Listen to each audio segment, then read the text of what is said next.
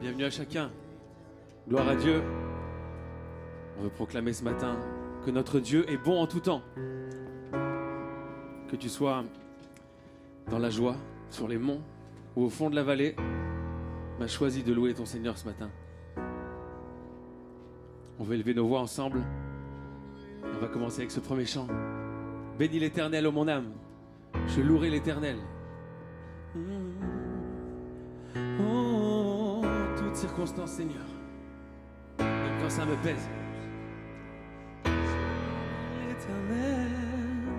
Oh, je louerai l'Éternel. Je louerai l'Éternel.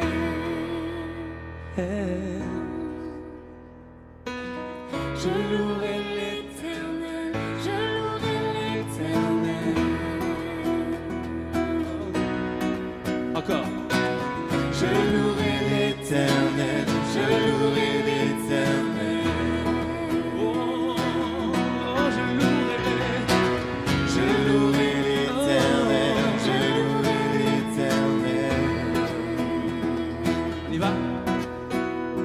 Je louerai sur les monts, du fond des vallées.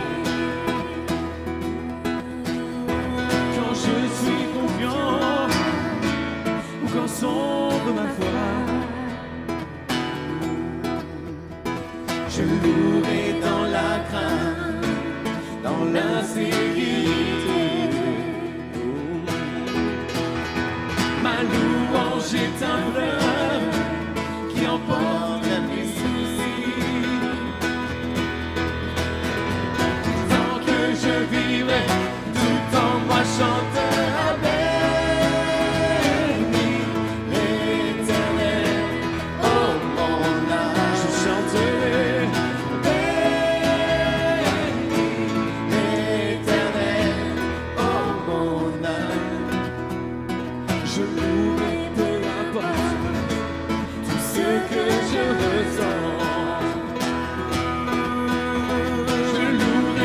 Je sais que tu restes au contrôle. C'est tellement rassurant. Ma louange est une âme plus qu'un simple chant. Ma louange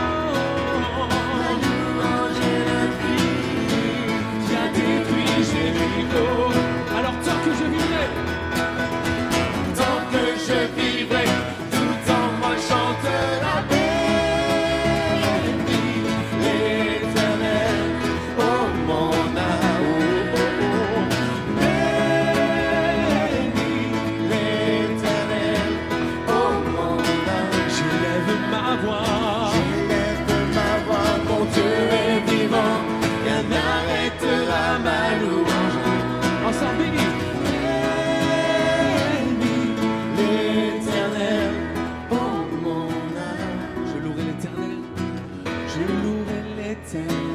Je louerai l'Éternel.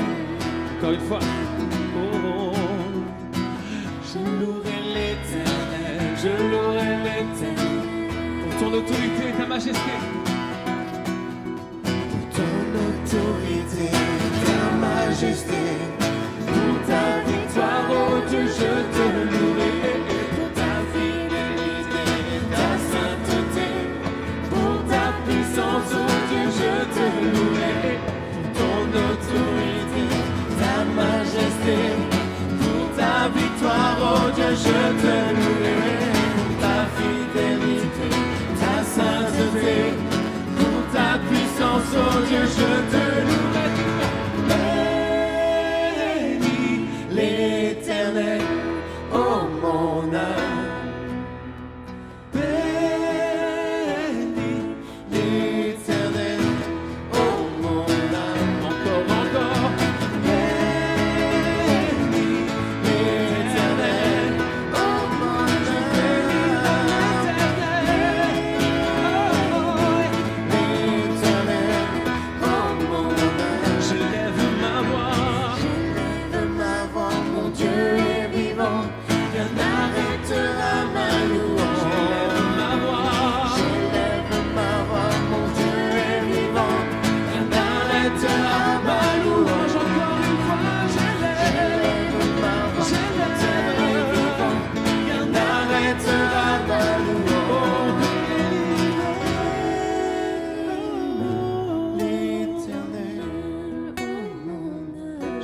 chanterai.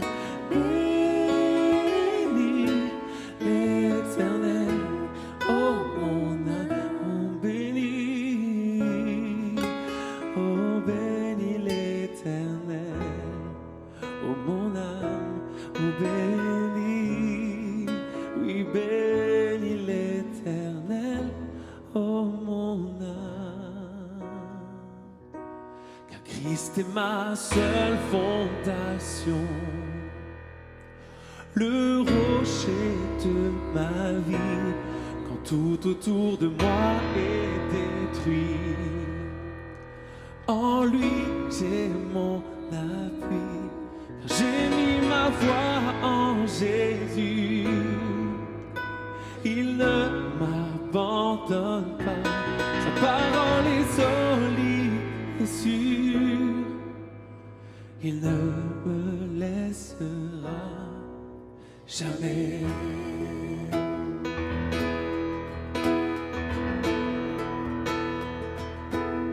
J'ai sa joie dans le chaos, j'ai sa paix qui me soutient.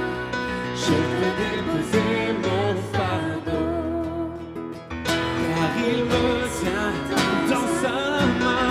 J'ai bâti ma vie sur Jésus, il ne m'abandonne pas.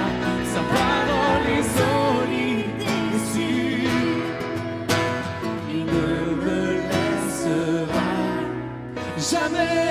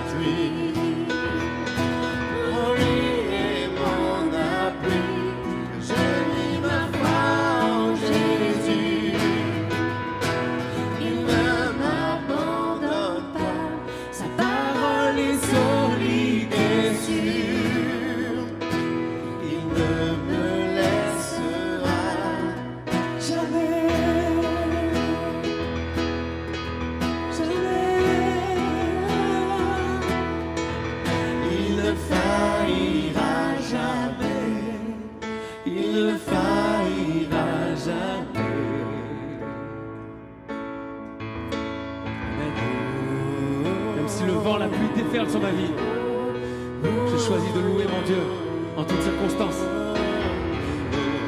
On n'a pas bâti notre maison sur le sable, on l'a bâti sur le roc. Je suis fondé sur le roc, fondé sur Jésus.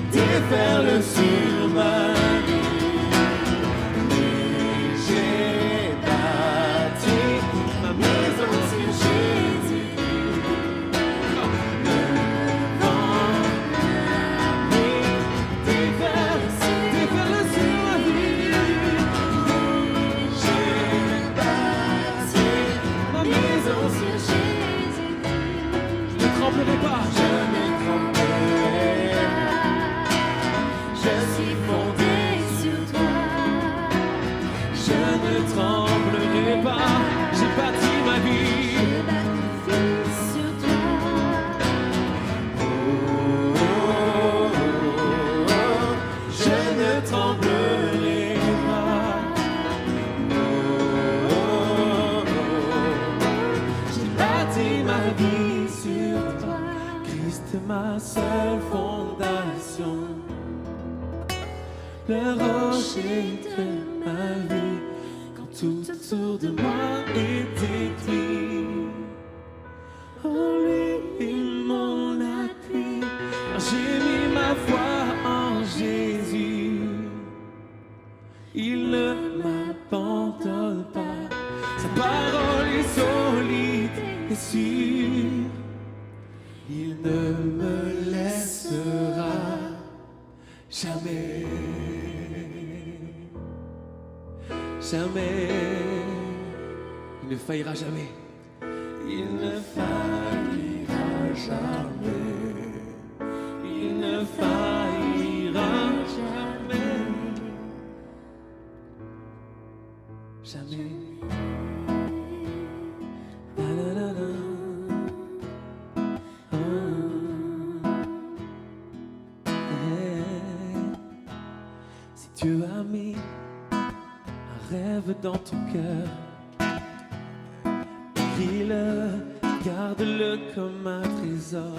De quoi qu'on dise, protège la vision avec passion. Oh oui, quand tu sais de tout son être, et ce rêve ne vient pas de toi. Même si tu ne vois que le contraire, persévère, oh, oh, persévère, persévère, persévère.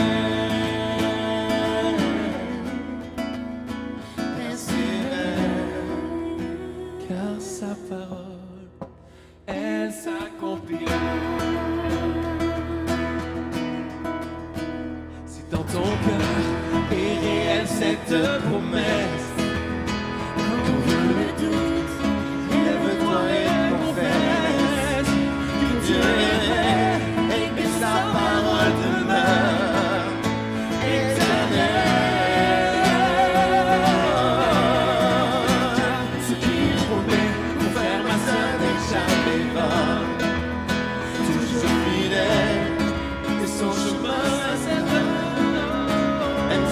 Choses semblent n'aboutir à rien. Quand il dit, la chose arrive. Quand il ordonne, elle existe. Et son regard est sur ce qui lui appartient.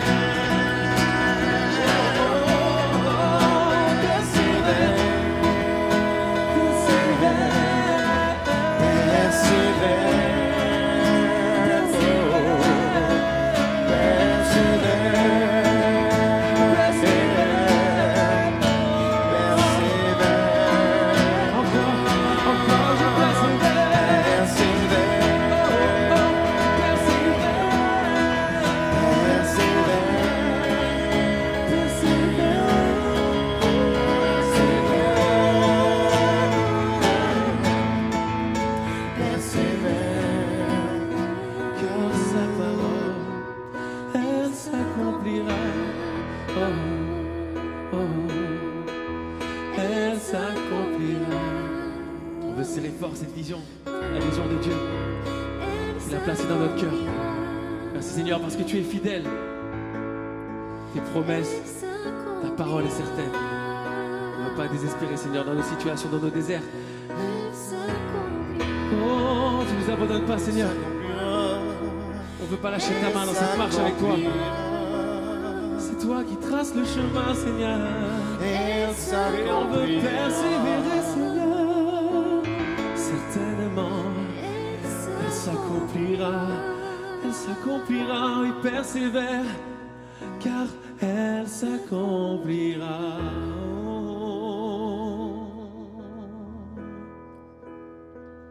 Seigneur, reçois nos cœurs, reçois nos louanges, tu sondes nos cœurs, Seigneur. Tu sais ce qu'il y a au fond de nous. Et on veut t'apporter vraiment une offrande sincère. On veut t'offrir nos vies et tout centrer sur toi, comme le dit ce chant. On veut laisser tout de côté, centrer sur toi. On veut réjouir ton cœur réjouir le cœur du Seigneur. Je renonce à tous mes faux semblants. Tu vois bien au-delà, Seigneur. Tu sondes nos cœurs. Centré sur toi, le chant terminé, le rideau retombe. Je viens simplement porter mon offrande, car j'ai le désir de réjouir ton cœur. J'apporte plus qu'un beau chant. Chanter ne suffit pas pour répondre à ton appel. Les apparences sont trompeuses. Tu vois bien au-delà. Oh Dieu, tu sondes mon cœur. Je reviens au cœur de la louange, tout centré sur toi, centré sur toi, Jésus. Oui, je renonce à tous mes faux semblants, tout centré sur toi, centré sur toi, Jésus.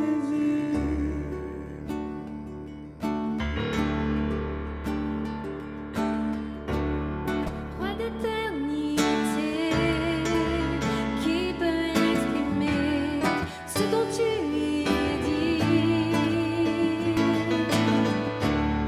Bien que faible et pauvre, je te donne tout. Prends toute ma vie. Oh, j'apporte plus qu'un beau chant. Chanter ne suffit pas pour répondre à ton appel. Merci pour ton amour, Seigneur. Les apparences sont trompeuses. Tu vois bien au-delà. Oh Dieu, tu sondes mon cœur.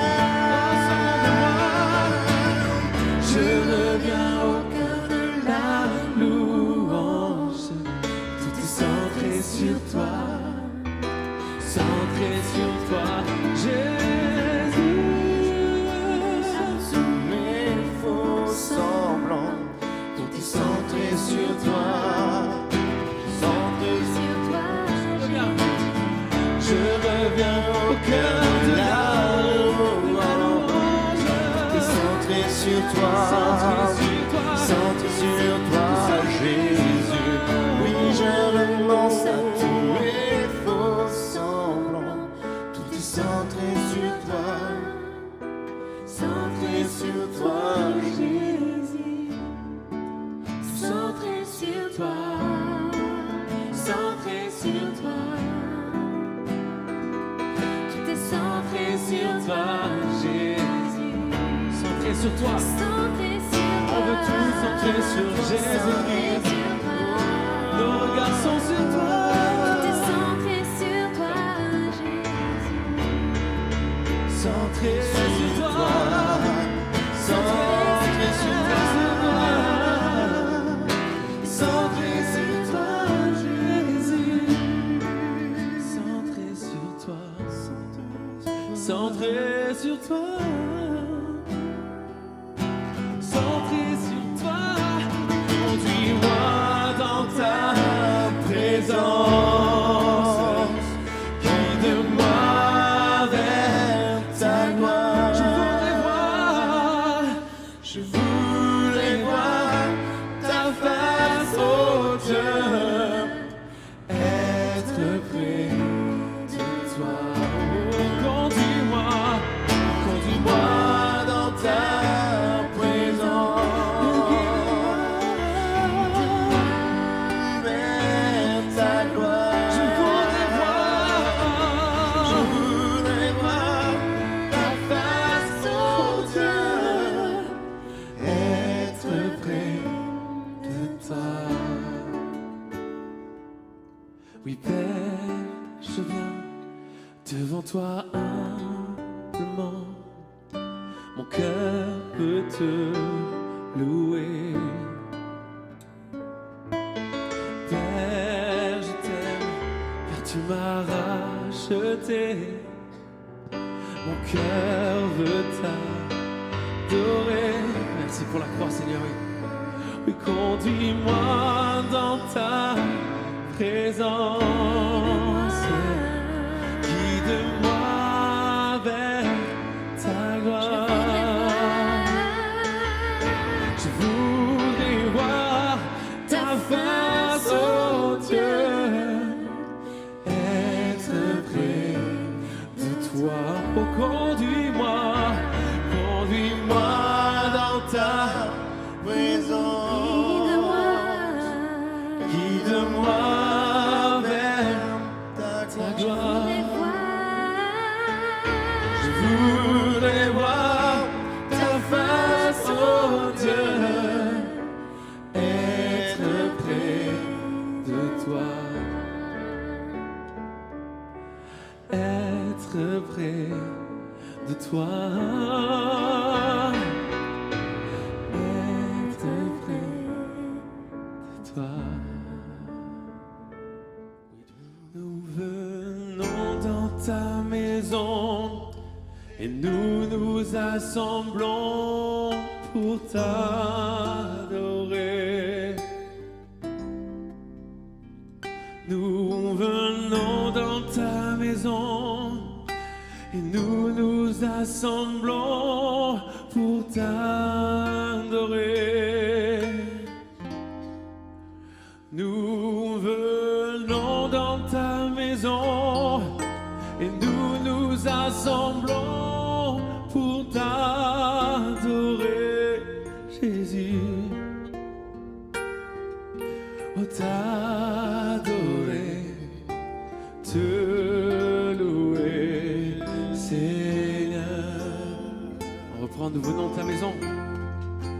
Nous venons dans ta maison et nous nous assemblons pour t'adorer. Nous venons dans ta maison et nous nous assemblons pour t'adorer. Nous venons dans ta maison et nous nous assemblons pour t'adorer, Jésus. Oh, t'adorer, te louer, Seigneur. Tu nous donnes la justice. Tu nous donnes ta justice. Et tu nous as franchis pour t'adorer. Tu nous donnes ta justice. Et tu nous as franchis pour t'adorer. Tu nous donnes ta justice. Et tu nous as franchis pour t'adorer.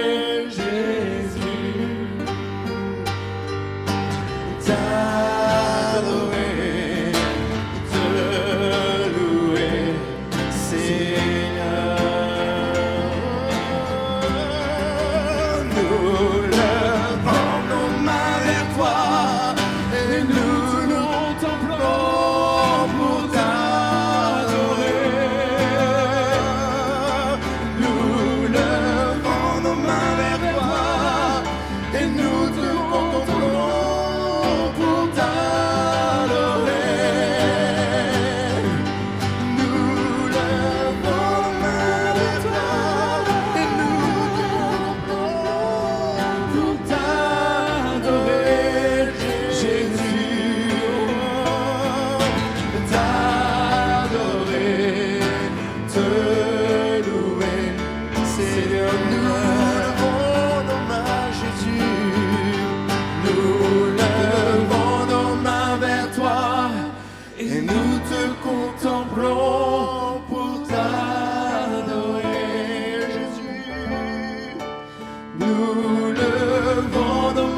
vers toi et nous te contemplons.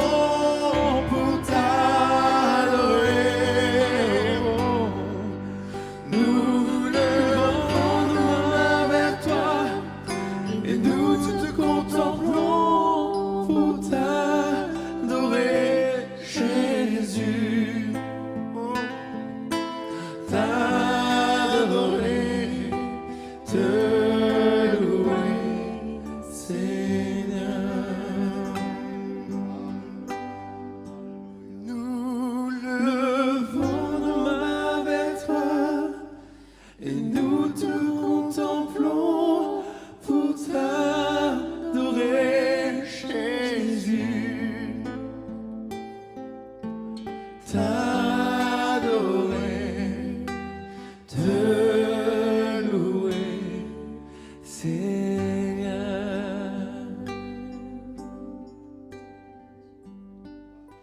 Gloire à notre Seigneur.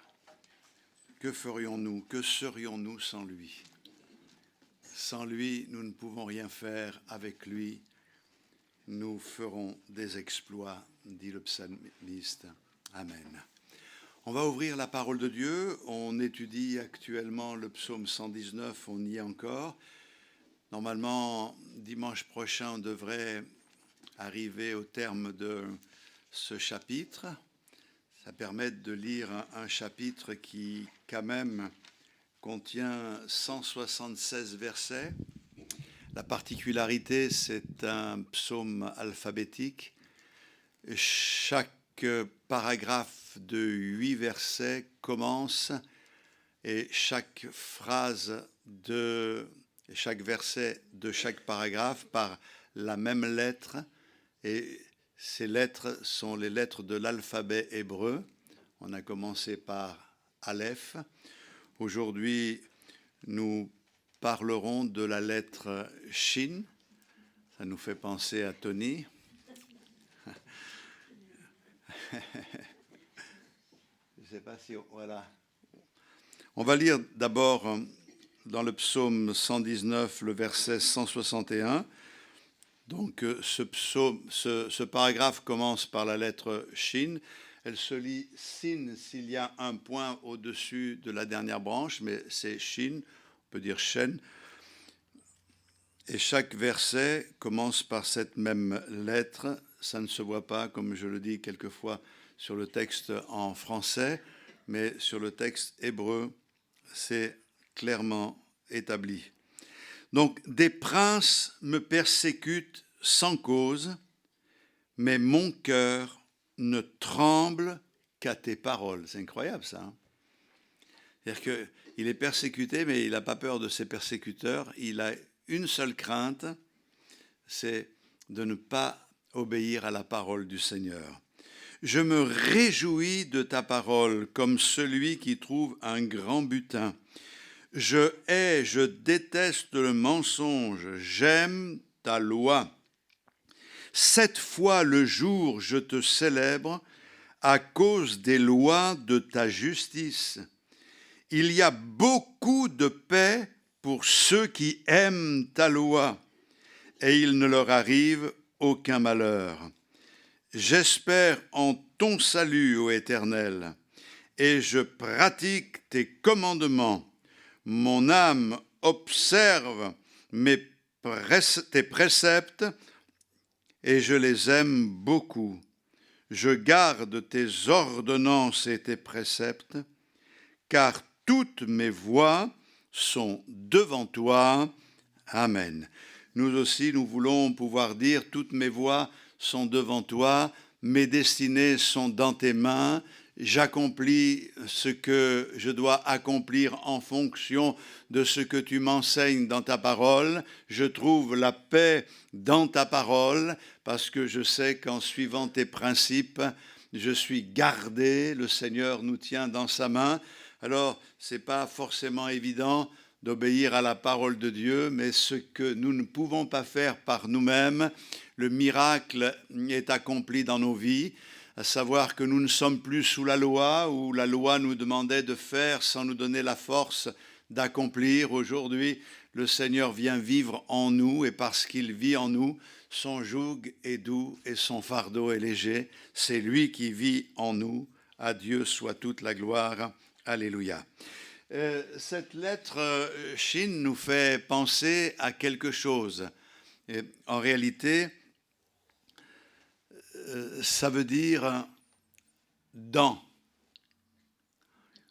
On va soigner nos dents aujourd'hui, hein? Avoir une belle dentition. Et je dirais même, vous le comprendrez, nous voulons avoir les dents blanches. D'accord? Alors, avant d'entrer dans le vif du sujet, la dent est le symbole de la vitalité. Et cette dent, en réalité, son graphisme fait penser plus à une molaire qui nous sert à mastiquer. Il y a 3 traits qui vont vers le haut, 3 signes et qui vont vers le haut.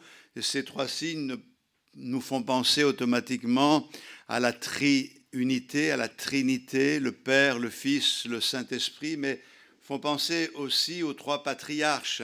Je suis le Dieu d'Abraham, d'Isaac et de Jacob. Et la foi repose sur ce socle stable. En réalité, Dieu était le Dieu d'Abraham et d'Isaac. Ensuite, il a été le Dieu d'Abraham, d'Isaac et de Jacob. Mais c'était un peu pour nous dire, je vous montre le début de la liste. Moi, je sais une chose, c'est qu'il est le Dieu d'Abraham, d'Isaac, de Jacob et de François. Vous pouvez le dire aussi? Voilà, c'est une liste, gloire à Dieu. On peut dire aussi que Jésus est la dent, la pierre angulaire sur laquelle repose tout l'édifice d'un peuple de fils de Dieu. Nous sommes des fils de Dieu et ces fils de Dieu sont composés d'individus de toute nation, de toute race. Et c'est formidable parce que nous sommes tous rassemblés autour du même nom, le nom de Jésus. Il n'y a pas de différence entre nous, quelle que soit la couleur de notre peau et nos origines. Nous sommes enfants de Dieu. Alléluia. Et nous sommes devenus enfants de Dieu au moment où nous avons accepté la lumière. Nous ne devenons pas enfants de Dieu par la chair, la volonté de l'homme. Nous devenons enfants de Dieu par le miracle divin. À ceux qui l'ont reçu, cette lumière leur a donné le pouvoir de devenir enfants de Dieu. Cette lumière, c'est Jésus-Christ. Je reviens sur ma lettre Shin. Lorsque elle est placée dans le tétragramme qui forme le nom de Dieu. Vous connaissez que dans le texte original, le nom de Dieu est présenté par un tétragramme YH, WH, dans lequel on y a inclus des voyelles, je ne vais pas vous compliquer les choses, et qui se prononce Yahvé. C'est traduit dans nos Bibles par l'Éternel. C'est à cela que ça fait référence. Il est l'Éternel. Mais la lettre Shin, si vous la placez au cœur du tétragramme, vous pourriez dire YH, Shin S, donc SH, WH, et ça permet de faire Yeshua en réalité. Donc on voit que notre Dieu, c'est le Dieu créateur de toutes choses, mais pour nous, ça a un sens dans le fait que le nom de notre Dieu, c'est Jésus. Jésus, celui qui a été révélé. Il ne s'agit pas pour nous de chercher un nom de Dieu en pensant que parce qu'on va prononcer ce nom, il saura s'identifier. Lorsque nous prions le Père au nom de Jésus-Christ. Mais Jésus est Dieu, Dieu est Dieu en 3 personnes. Donc le Shin initie également le nom de Dieu dans El Shaddai, par exemple. El Shaddai, c'est la lettre Sin qui est utilisée. Donc, Shed, c'est Shin. Ce mot veut dire saint, dans le sens S-E-I-N. Ça ouvre notre idée sur la maternité divine. En réalité, nous devons comprendre que Dieu est un Dieu nourricier qui allait en quelque sorte avec tendresse toutes ses créatures. Alors, cette image peut paraître un peu étonnante, mais elle est assez répandue parmi le peuple d'Israël. Donc, Shin initie aussi beaucoup de mots importants en hébreu. Vous avez, par exemple, Shabbat. Vous avez Shalom. Donc, tout ça pour vous aider à comprendre l'importance de cette lettre. Mais c'est aussi une lettre qui commence la prière d'Israël dans sa profession de foi. Vous connaissez cette profession de foi que l'on trouve dans Deutéronome au chapitre 6, le verset 4. « Écoute, Israël, l'Éternel est notre Dieu, et l'Éternel est un. Il est le seul. » Et donc, c'est Shema, c'est la lettre Shin, Shema Israël, Adonai, Eloheinu, Adonai, Echad. Donc, écoute Israël. Donc, moi, après vous avoir dit cela, je voudrais que l'on regarde cet aspect des dents, de la dent. Il y a une bénédiction qui a été donnée par Jacob concernant Judas. On trouve ça dans la Genèse au chapitre 49. Quand je dis Judas, je parle de la tribu de Judas. Et donc, on va lire ce verset dans Genèse 49, le verset 12. Jacob prophétise sur Judas et dit « Il a les yeux rouges de vin et les dents blanches de lait. » C'est pour cette raison que tout à l'heure, je vous disais que Dieu fasse que nous ayons des dents bien blanches. Vous savez, les dents prennent la couleur de ce que l'on mange, souvent. Si vous mangez des myrtilles, ça se voit. Mais le psalmiste se nourrit du lait spirituel de la parole de Dieu. Verset 162 du psaume 119, « Je me réjouis de ta parole comme celui qui trouve un grand butin. » Je trouve extraordinaire cette expression, quelqu'un qui va lire la parole de Dieu, la découvrir, et pour lui, c'est l'émotion, la joie de quelqu'un qui trouve un grand butin. Vous savez, quelquefois, ça nous est arrivé de trouver un billet par terre. On est heureux de trouver un billet par terre. Mais trouver un grand butin, la parole de Dieu devrait produire en nous cette joie qui nous amène justement à chercher encore à connaître le Seigneur un peu plus. « Cette fois, le jour, je te célèbre à cause des lois de ta justice. » Et le psalmiste dit, « Je hais le mensonge. » Il aime la parole de Dieu. Et cette parole de Dieu nous conduit vers une vie féconde. Alors là, je vais faire un peu de typologie. Personnellement, j'aime bien, mais j'ai besoin de donner quelques explications. Je vais lire un verset dans le Cantique des Cantiques, au chapitre 4. C'est quand le bien-aimé parle de sa bien-aimée, il utilise un langage prophétique. Et quand la bien-aimée parle de son bien-aimé, c'est pareil. L'histoire d'amour du Cantique des Cantiques, ce n'est pas une banale histoire d'amour entre un homme et une femme, entre la Sulamite et le roi Salomon, mais c'est l'histoire d'amour qui nous unit, Église de Jésus, la fiancée, la bien-aimée, celle qui est réservée pour les noces de l'agneau, et le bien-aimé. Le bien-aimé, vous le connaissez ? c'est notre Seigneur Jésus-Christ.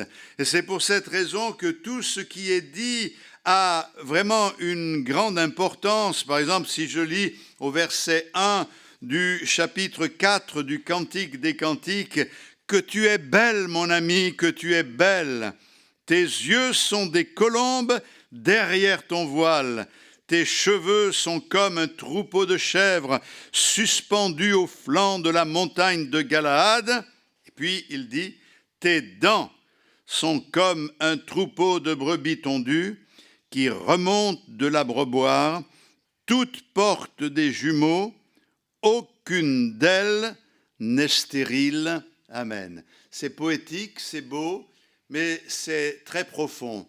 Des contradicteurs de la Bible ont dit, si la Bible avait été inspirée, on ne trouverait pas le Cantique des Cantiques dans la Bible, parce que c'est une histoire d'amour, avec des termes qui peuvent peut-être un peu heurter. Mais ces gens-là n'ont rien compris, parce que l'amour qui nous unit à notre Seigneur est un amour fort. Et souvent, le Seigneur a pris l'image du mariage pour parler de la relation qui nous unit à lui. Et lorsqu'il exprime les choses qui sont dans son cœur au regard de la bien-aimée, il voit en elle des traits de beauté dont il donne le détail. Et un des traits de beauté de la bien-aimée de l'Église, bien, ce sont ses dents. Et il dit, tes dents sont comme un troupeau de brebis tondues qui remontent de l'abreuvoir, toutes portent des jumeaux, aucune d'elles n'est stérile. C'est vrai que quand quelqu'un a de belles dents blanches et sourit, on trouve là un charme, c'est quelque chose de beau. Bon, on a les dents que l'on a, alors que le Seigneur nous bénisse tous pour que nous en ayons suffisamment pour aller jusqu'au bout. Mais l'important, c'est que la bien-aimée, elle doit soigner ses dents. Par leur blancheur et leur régularité, les dents de Sulamite ressemblent à un troupeau de brebis tondues, mais ces brebis sont pleines. Elles ont chacune d'elles des jumeaux. C'est des dents bien arrondies. On peut comprendre cette pensée du Seigneur. C'est là un des traits de la beauté de l'Église. C'est ce que le Seigneur veut trouver en nous regardant. Et nous allons un peu essayer de comprendre cela. Les dents évoquent la capacité à prendre la nourriture. C'est en effet par les dents que la nourriture est rendue assimilable. On prend de la nourriture, on mastique cette nourriture et cette nourriture devient assimilable. Et notre texte parle justement de notre capacité d'assimiler la nourriture. Avoir des dents, c'est vraiment un signe de maturité spirituelle. C'est la beauté de l'Église. Elle consiste à devenir mature, à pouvoir assimiler des aliments de plus en plus solides. Le bébé, quand il naît, il n'a pas de dents. Ne lui donnez pas un beefsteak à manger. Il ne pourra avaler que le lait de la maman ou le biberon. Il est nécessaire qu'il y ait une certaine maturité et au moment où il va développer des dents, il pourra apprendre à mastiquer. Et c'est là que l'on voit la maturité se mettre en place jusqu'au moment où il mangera tout seul. C'est vrai aussi, il faut le reconnaître, qu'il arrive qu'en prenant de l'âge, les dents se déchaussent chez certains et qui les pousse à avoir recours à des appareils pour y suppléer, et ce qui est normal. Je ne vais pas faire l'état de vos dents ce matin, mais nous avons heureusement des soins aujourd'hui qui sont possibles. L'Église s'embellit par la maturité et elle s'embellit par l'entretien de cette maturité. C'est beau de voir quelqu'un venir au Seigneur. Il donne sa vie à Dieu, il est transformé. Il est comme un bébé, il a besoin du lait, et ce lait lui est donné par les uns et les autres, par la prédication de la parole de Dieu. Il a besoin d'être alimenté, il dépend de ce qu'on va lui enseigner. C'est important cela, mais c'est beau de voir ce bébé spirituel commencer à grandir, à se développer, à devenir mature. Il va apprendre à lire lui-même la Bible. Il va aller chercher lui-même la nourriture. Et le Seigneur va lui révéler cette parole. Et c'est vraiment une forme de beauté qui doit être développée au sein de l'Église de Jésus-Christ. Ne tombons pas, s'il vous plaît, dans les reproches que l'Écriture fait à cette Église de l'Épître aux Hébreux. Vous devriez être des maîtres, mais vous en êtes restés à cette nourriture légère, vous en êtes restés au lait. Vous savez, le lait, c'est très bon pour les bébés, mais quand on est adulte, c'est pas un bon aliment. Eh bien, ceux qui aiment le lait, continuez à manger du lait, faites ce que vous voulez, c'est pas mon problème. Mais je veux dire que vous pouvez pas vous nourrir que de biberons, quoi. Vous avez besoin d'une nourriture solide. Vous avez besoin d'apprécier cette nourriture, de la passer là dans votre bouche. On est comparé quelquefois à ces animaux qui ruminent. Non seulement on la prend, cette nourriture, mais on la repasse. On la repasse jusqu'à ce qu'elle devienne une nourriture solide. Alléluia. Vous savez, quelquefois, non seulement on ne se développe pas comme on devrait se développer, vous devriez être adulte et vous êtes encore des bébés. Mais quelquefois aussi, on vieillit prématurément. C'est le reproche que le Seigneur fait dans la parole de Dieu, dans le livre d'Osée. Il commence à avoir des cheveux blancs à vieillir sans s'en rendre compte.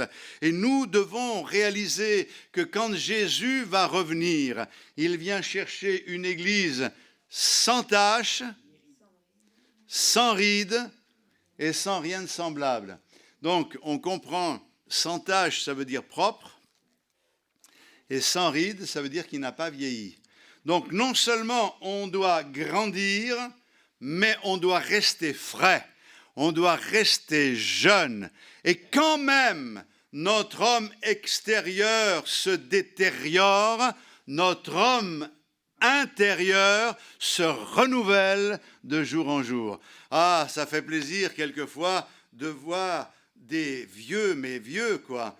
Mais il y a une jeunesse chez eux, ils aiment le Seigneur, il y a un rayonnement, ils ont dans le regard cet amour de Dieu, il y a une fraîcheur dans leur relation avec Dieu, dans leur prière. Et quelquefois, on a des jeunes, mais qu'est-ce qu'ils sont vieux. Je me sens si mou.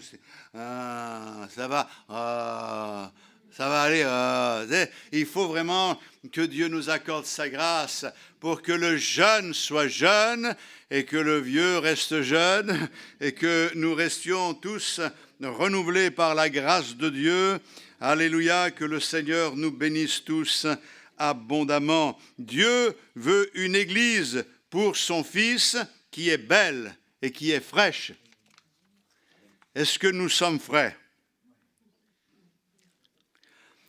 Ressentons-nous toujours la nécessité de nous nourrir spirituellement de la parole de Dieu? Avons-nous toujours le même désir de manger cette nourriture et d'aller chercher le conseil de Dieu, même s'il est un peu costaud, mais nous l'aimons parce que nous savons que c'est la pensée du Seigneur et c'est par elle que nous voulons avancer. Dieu nous communique cette faculté qui plaît au Seigneur, la possibilité de nous nourrir de sa parole.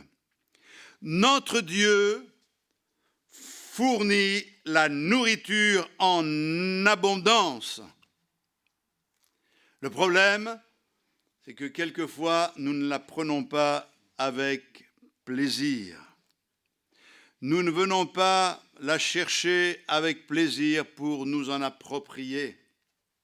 Quand Dieu donnait la manne, tout Israël sortait pour ramasser cette manne. Celui qui ne voulait pas aller la ramasser, il n'en avait pas. C'est important d'y aller, de dire « Ah, je vais pouvoir manger, je vais pouvoir me nourrir ». Si vous préparez à manger et que vous invitez quelqu'un, vous êtes content si la personne mange ce que vous avez préparé, parce que vous avez pris le temps. Et si, en plus, la personne prend la nourriture avec joie, en exprimant cette joie de dire « c'est bon ce que je mange », eh bien, celui qui a préparé est remercié. Je crois que le Seigneur prépare de bonnes choses. À nous d'avoir cette avidité. C'est comme le bébé quand il voit passer le biberon au moment où il a faim, il voit passer le biberon, il le suit, il ne voit plus personne, il ne voit que le biberon. Et si vous faites l'expérience, il va suivre le biberon. Et c'est ça que le Seigneur veut trouver au milieu de nous, la faim de connaître la parole du Seigneur. Alléluia. Et c'est formidable parce que Dieu a donné des mets variés à son peuple, même quand il l'a conduit dans le désert, il lui a donné la Pâque, il lui a donné la manne, il lui a donné les cailles. C'est varié avec le Seigneur. Nous avons une nourriture variée, c'est toujours différent, il y a quelque chose de différent. Que le Seigneur bénisse tous les cuisiniers de la parole de Dieu, pour que vous soyez bien servis lorsque vous venez écouter la parole du Seigneur, mais que vous appreniez vous aussi à cuisiner chez vous. Et que vous appreniez à cuisiner pour les autres également. Mais je reviens à mes dents. Les dents nous parlent de l'unité. Tes dents sont comme un troupeau. Et il y a cette unité du troupeau. Les brebis sont côte à côte, unies. C'est l'image de ce troupeau qui partage la même nourriture et qui nous fait penser aux actes des apôtres où ils persévéraient dans la communion fraternelle, dans la fraction du pain, dans les prières et dans l'enseignement des apôtres. On a besoin de partager la même nourriture. Nous sommes assis à la même table et nous mangeons le même aliment. Cet aliment, c'est plus qu'un morceau de pain et une goutte de vin. C'est la personne de Christ et son œuvre. Nous nous nourrissons de notre Seigneur Jésus. Et c'est fort attristant de voir une recherche d'aliments frelatés. Il y a des spécialistes qui nous disent que certains aliments ne sont pas bons pour la santé. Et c'est quand même extraordinaire parce qu'une majorité va chercher les aliments qui ne sont pas bons pour la santé, tout simplement parce qu'il y a une recherche de goût. Mais ce qu'il faut regarder, c'est ce qui est bon, dans le sens bon pour notre vie, pas simplement bon au goût. Il y a des choses qui nous sont présentées aujourd'hui et qui sont bonnes ou qui nous paraissent bonnes. Et Paul dit, je vous exhorte à prendre garde à ceux qui enseignent des choses qui ne sont pas conformes à la saine doctrine. Ce n'est pas parce que quelqu'un parle de Dieu qu'il est envoyé de Dieu, et ce n'est pas parce que l'on parle de Dieu que l'on dit forcément la vérité. La vérité, elle est dans la parole du Seigneur. L'antipoison à toutes ces choses fausses, c'est de se nourrir de Jésus-Christ et de sa parole. Et plus que jamais, nous avons besoin d'être unis dans cette recherche de la bénédiction du Seigneur. Nous voulons ensemble nous attacher à ce qui est écrit, que cette parole ne s'éloigne pas de nous. Et je ne veux pas m'en éloigner de peur aussi de l'oublier et de penser que parce que c'est beau, c'est bon, parce que c'est bien présenté, c'est bon. M'est arrivé de me trouver dans des endroits où une nourriture que j'apprécie particulièrement était bien présentée, c'était beau, les couleurs étaient là, etc.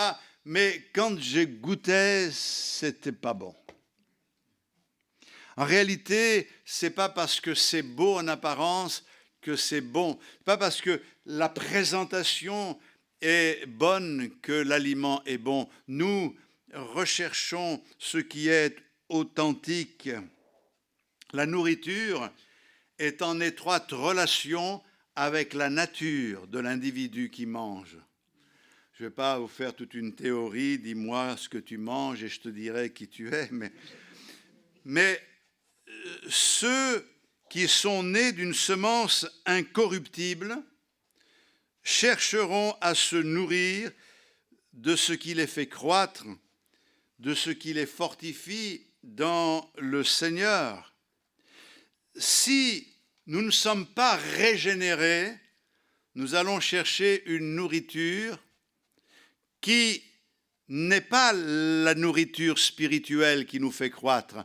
On va, par toutes sortes de gymnastiques, la mettre de côté, la bonne, pour trouver toutes sortes d'excuses pour aller chercher la nourriture qui nous arrange. La Bible dit que dans les derniers jours, on aura la démangeaison d'entendre des choses agréables. Et les hommes se donneront une foule de docteurs. Parce que, ne supportant plus la saine doctrine, ils iront chercher ce qui chatouille leur oreille. Et je crois que nous ne devons pas aller chercher ce qui chatouille notre oreille, nous devons aller chercher ce qui nous nourrit vraiment, ce qui nous fait croître, parce que nous sommes nés de nouveau. Alors, si je raisonne de cette manière-là, j'en viens peut-être à une position de jugement, sans vouloir juger qui que ce soit, mais il se peut que certains n'aient pas réellement fait l'expérience de la nouvelle naissance. Et c'est pour cette raison qu'ils ne cherchent pas ce qui est authentique. Alors prions pour qu'il y ait un puissant réveil et que la parole de Dieu nous amène tous à cette expérience de la nouvelle naissance. Alléluia, que Dieu soit béni. Il existe une réelle correspondance entre la nourriture spirituelle et celui qui la reçoit, et l'un ne va pas sans l'autre. Lorsque je suis touché par la grâce de Dieu, je cherche ce qui plaît à Dieu. Avant ma conversion, on m'avait enseigné dans les voies du Seigneur, dans les voies chrétiennes, mais avant ma conversion, quelques années avant ma conversion, je rejetais la parole de Dieu. Je ne peux pas supporter de lire la Bible, d'entendre parler des choses de Dieu. C'est un peu comme si je saturais, j'en voulais pas. Le jour où je me suis converti, et à partir de ce jour, ça n'a pas été un effort, mais j'ai commencé à lire, à dévorer la parole de Dieu. Je m'en suis nourri. Pourquoi ? J'étais attiré par cette parole. Je ne comprenais pas tout ce que je lisais, mais je sentais que ça me faisait du bien. J'avais besoin de comprendre, de connaître. J'avais ce désir, et plus je lisais, plus j'avais faim. Aujourd'hui encore, j'ai faim de la parole de Dieu. Cette faim ne m'a jamais quitté. Et c'est pour moi la preuve de cette relation avec le Seigneur qui fait que l'on est nourri par sa parole et on cherche cette nourriture-là. Donc c'est pour cette raison qu'il y a cette correspondance. L'homme naturel ne désire pas se nourrir de Jésus-Christ. Il ne le peut même pas d'ailleurs. Mais l'homme spirituel, lui, oui, il va chercher cette nourriture. La Bible nous dit que le vrai pain, c'est celui qui est descendu du ciel. Et c'est lui qui donne la vie au monde. Et ce vrai pain, c'est Jésus. Maintenant, il y a cette idée d'humilité dans les dents de la bien-aimée. Vous avez remarqué ce que dit le Seigneur. Tes dents sont comme un troupeau, donc unité. Mais il est dit comme un troupeau de brebis tondues.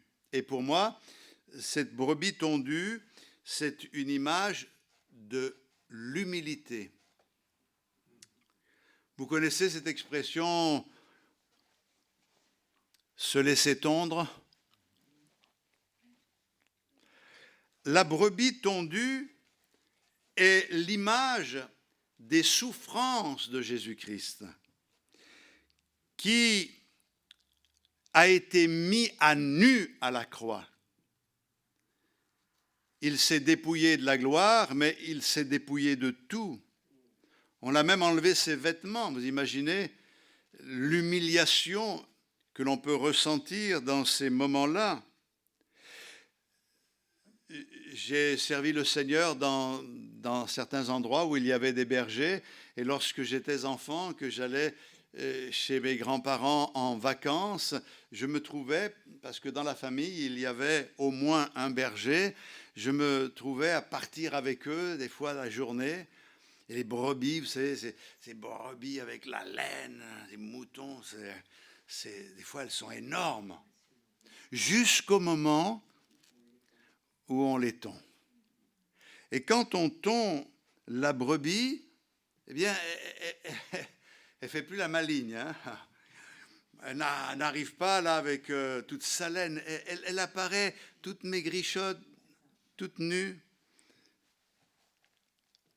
Elle est tellement imposante avec la laine, c'est différent quand il n'y a plus la laine. C'est là qu'on se dit, c'est quand même plus joli une brebis avec la laine que sans la laine. Mais être tondu, c'est en rapport avec l'humilité. Je crois que nous devons accepter de nous laisser tondre par le Seigneur. Vous savez, si vous laissez faire les hommes, ils vous tondront hein, à leur manière. Ça, vous inquiétez pas, même vos amis, hein, ils arrivent quelquefois avec la tondeuse et... Mais se laisser tondre par le Seigneur, en acceptant soi-même de le suivre sur ce chemin de l'humilité. La Bible nous dit que Christ s'est dépouillé lui-même, mais il s'est dépouillé pour nous revêtir. Et c'est une belle image. Et quand vous regardez la Bible dans la Genèse, vous trouvez le message de l'Évangile.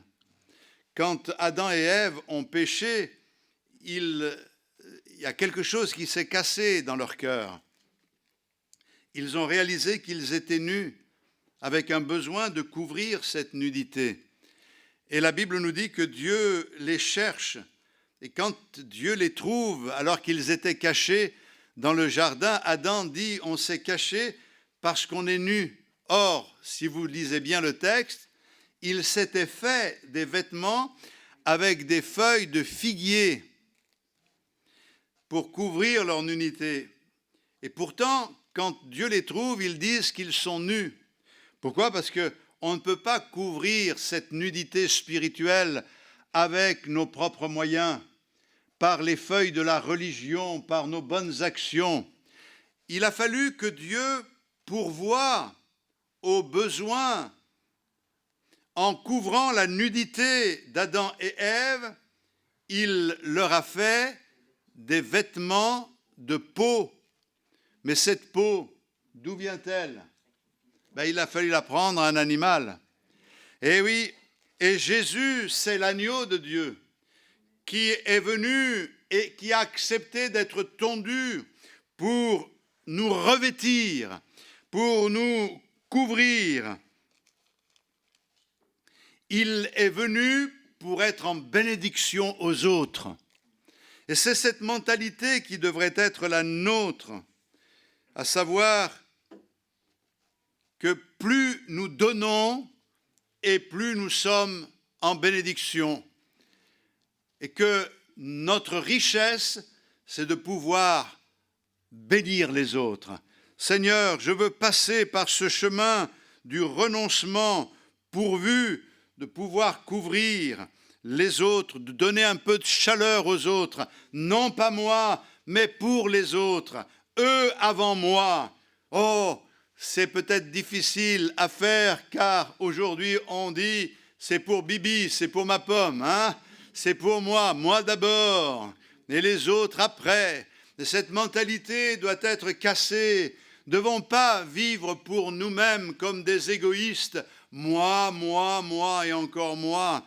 Mais d'abord toi, Seigneur, et puis les autres, ceux qui meurent ont besoin de ta grâce, et il y en a autour de nous. Alors, il ne s'agit pas de faire les choses d'une manière déraisonnable. Il y a des gens qui n'en veulent pas de la grâce de Dieu. Le Seigneur dit, s'ils ne veulent pas écouter, vous secouez la poussière de vos chaussures et vous allez plus loin. Mais il y en a d'autres qui sont préparés pour recevoir la grâce du Seigneur. Alléluia. Alors, je n'ai pas le temps de vous parler de la laine ce matin comme ce qui est charnel, ce qui excite la sueur et qui était interdite dans le service de Dieu, dans le tabernacle.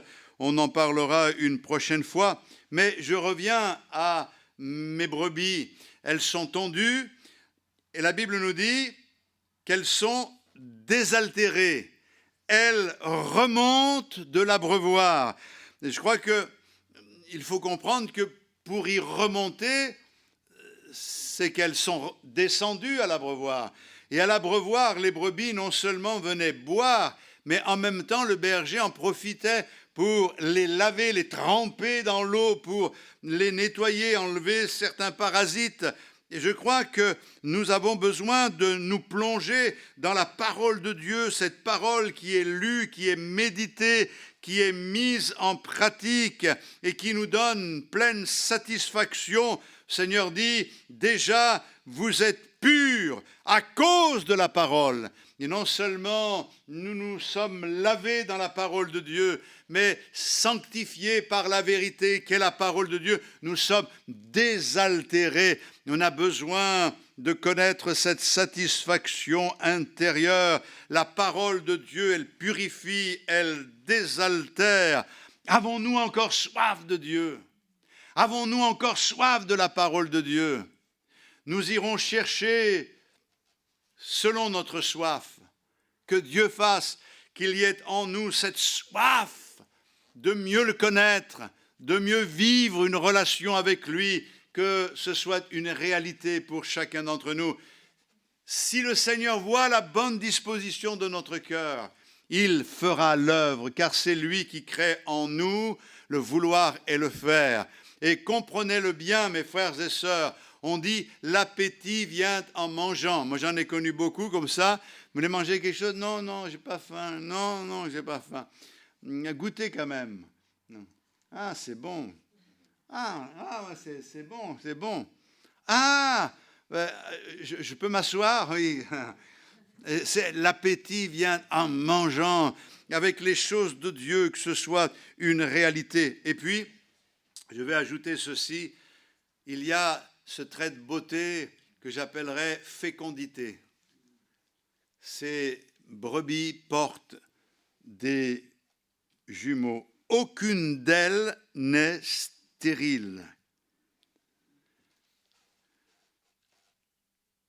Je regardais les troupeaux, je questionnais les bergers, et ils me disaient que pour que les choses aillent bien, il faut que chaque brebis donne naissance au moins à un agneau chaque année. Et si une brebis ne donne pas naissance à un agneau une année et que ça se reproduit, bien la brebis, je me rappelle quand on était là-bas à Libourne, quelquefois on faisait des grands rassemblements d'église, la brebis, on l'utilisait pour le méchoui. En réalité, elle va à l'abattoir. Et quand j'en parlais au berger, il me disait oui, c'est triste parce qu'on s'attache, mais on ne peut pas garder une brebis qui ne donne pas naissance à un agneau. Et ça me travaille parce que je crois que la beauté de l'Église, c'est aussi la fécondité. Imaginons une brebis qui amène au moins une. Là, c'était des jumeaux. Ça veut dire que le troupeau double.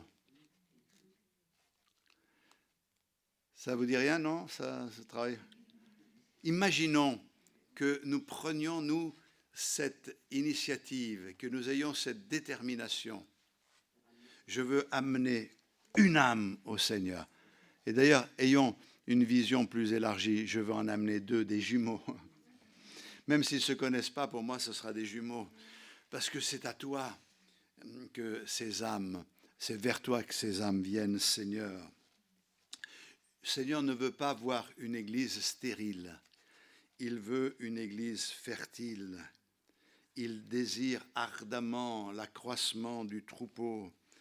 La parole de Dieu est une source de bénédiction pour nous. Mais lorsque nous l'utilisons un moyen de salut pour les autres, comment se convertiront-ils si personne ne leur annonce la parole de Dieu? Alléluia. Seigneur, accorde-nous ta grâce. Je vais arrêter ces images simplement que nous puissions les uns et les autres nous souvenir que Dieu veut une Église en bonne santé et que la santé de l'Église se traduit par cet appétit de la parole de Dieu. Et quand on a toujours connu ça, quand on était enfant, qu'on ne mangeait pas, les parents s'inquiétaient. Il y a un problème, mon fils? Surtout si vous avez eu une maman italienne, comme moi, c'est « mange ». Mais tu n'as rien mangé, tu es malade. Et c'est pareil, quand on n'a pas cet appétit, c'est qu'il y a quelque chose qui ne va pas. Seigneur, donne-nous cet appétit pour manger de la bonne nourriture. Aujourd'hui, je disais tout à l'heure, les gens aiment bien cette nourriture rapide. De temps en temps, c'est bien, je dirais pas contre, ça m'arrive d'y aller avec les petits-enfants, mais ça ne doit pas être une priorité. Aujourd'hui, dans le domaine spirituel, c'est ce qui se passe. Vous avez des spécialistes de la restauration rapide. Vous allez sur Internet, tac, tac, tac, tac, tac, hop, hop, hop, hop, vous prenez votre... Vous ne cherchez pas à savoir si c'est la bonne sauce, si c'est les bons ingrédients. Vous vous nourrissez de ça, ça vous perturbe, ça vous travaille. Et finalement, ça ne vous amène pas à l'épanouissement spirituel. Revenez aux bases. Je vous en supplie au nom du Seigneur Jésus-Christ, ayez l'appétit de la parole de Dieu, nourrissez-vous de Jésus-Christ, nourrissez-vous de sa parole et que Dieu vous bénisse au-delà de vos attentes. Prions le Seigneur de tout notre cœur.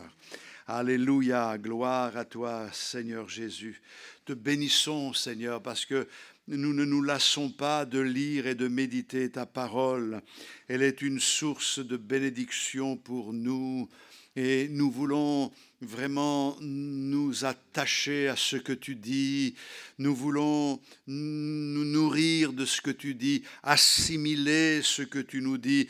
Nous voulons que notre nature soit imprégnée de ce que tu dis. Nous voulons être et continuer à être transformés par ta grâce, par l'alimentation que tu nous donnes. Nous voulons jour après jour ressembler et de plus en plus à ta personne bénie. Tu es notre modèle. Gloire à ton nom, Seigneur.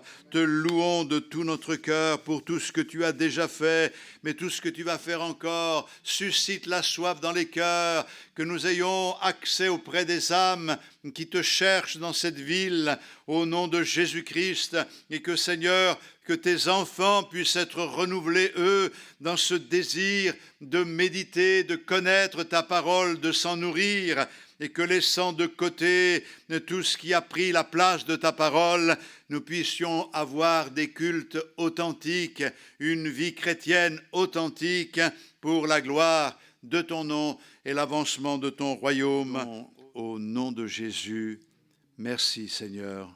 Amen. Gloire à Dieu. Alléluia.